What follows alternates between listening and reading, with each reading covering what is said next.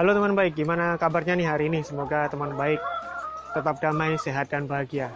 Oke, kali ini kembali lagi bersama kami di Sofian Channel. Kali ini kita akan mereview dan memberitahu nih teman baik bagaimana sih cara mengecek kadar bakteri di dalam air dan juga pH air yang ada di kandang teman baik. Nah, menggunakan apa? Menggunakan alat yang bernama ORP meter. Untuk kali ini kita menggunakan ORP dari Hana Combo pH and ORP.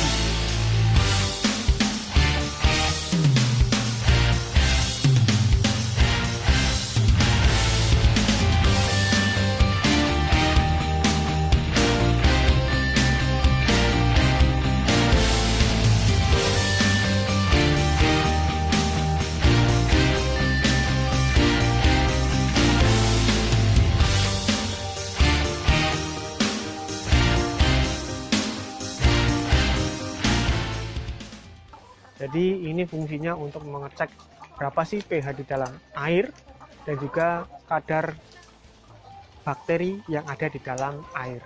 Nah, untuk cara penggunaannya adalah alat ini kita celupkan ke dalam wadah yang berisi air, entah dari air sumber ataupun air yang ada di dalam tempat minum kandang teman baik. Oke, bagaimana caranya? Mari kita saksikan. Pertama kita nyalakan on dulu.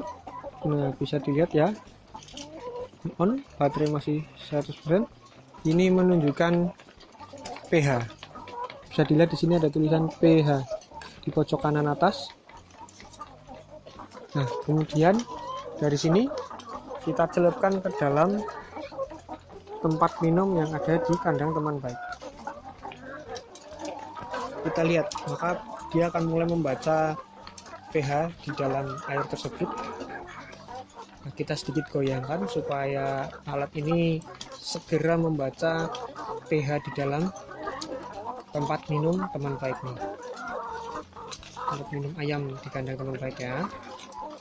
Oke, bisa dilihat dari mulai 8 sekarang turun menjadi 7,8. Dia akan terus turun hingga menuju titik stabil di angka 7,75. Nah, tadi saya sudah menginformasikan ada pH dan ORP.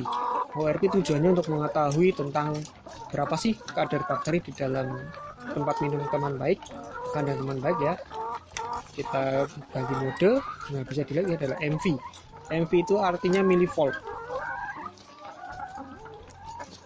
Di sini tertera angka 102. Coba kita goyangkan dulu supaya pembacaannya lebih tepat.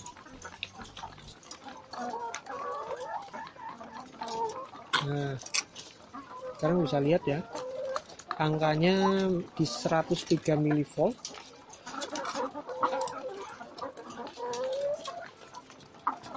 Jadi begitu teman baik, sangat mudah dan sangat aplikabel di kandang teman baik yang ada dimanapun berada.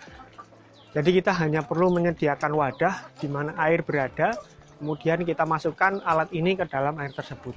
Nah, tujuannya apa? Tujuannya adalah ketika kandang teman baik mempunyai beberapa persoalan di masalah pencernaan maupun pernafasan, misal ada bakterial seperti E. coli ataupun snot ataupun yang lainnya, tapi tidak pernah selesai, apakah kandang teman baik airnya pernah diuji labkan berapa sih koliformnya dan berapa sih kadar zincnya atau kadar magnesiumnya dan lain sebagainya. Nah, alat ini sangat membantu sekali buat teman baik ngecek apakah kadar bakteri atau milivolt di dalam air teman baik itu cukup ataupun berlebih.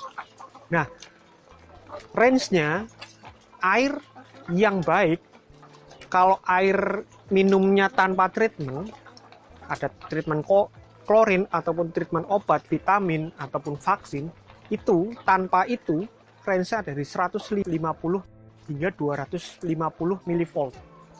Kurang dari itu berarti bukan berarti nggak baik, tapi kurang pas untuk bakterial normal di dalam tubuh ayam.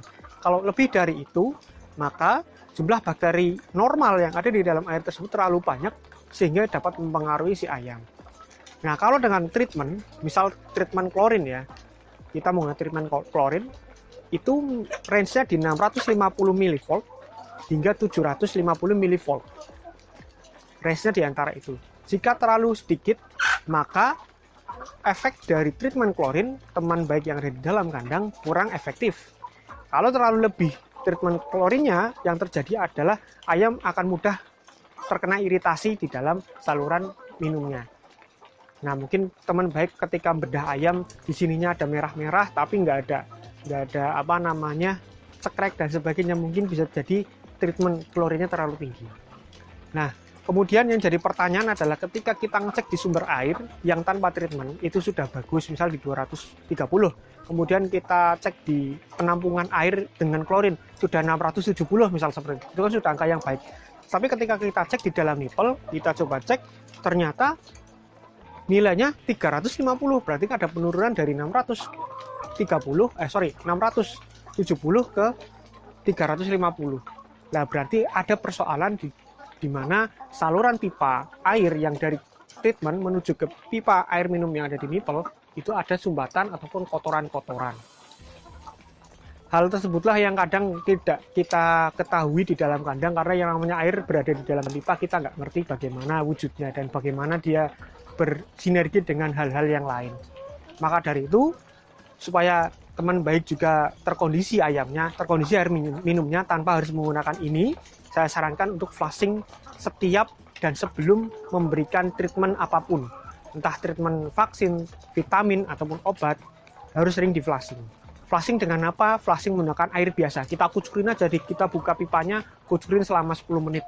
Itu akan membantu untuk membuang sisa-sisa atau endapan-endapan yang ada di dalam pipa.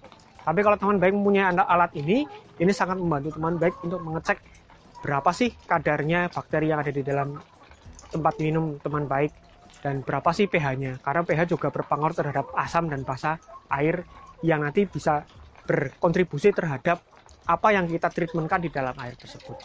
Oke teman baik, begitu yang dapat saya sampaikan. Sampai ketemu kembali di video selanjutnya. See ya.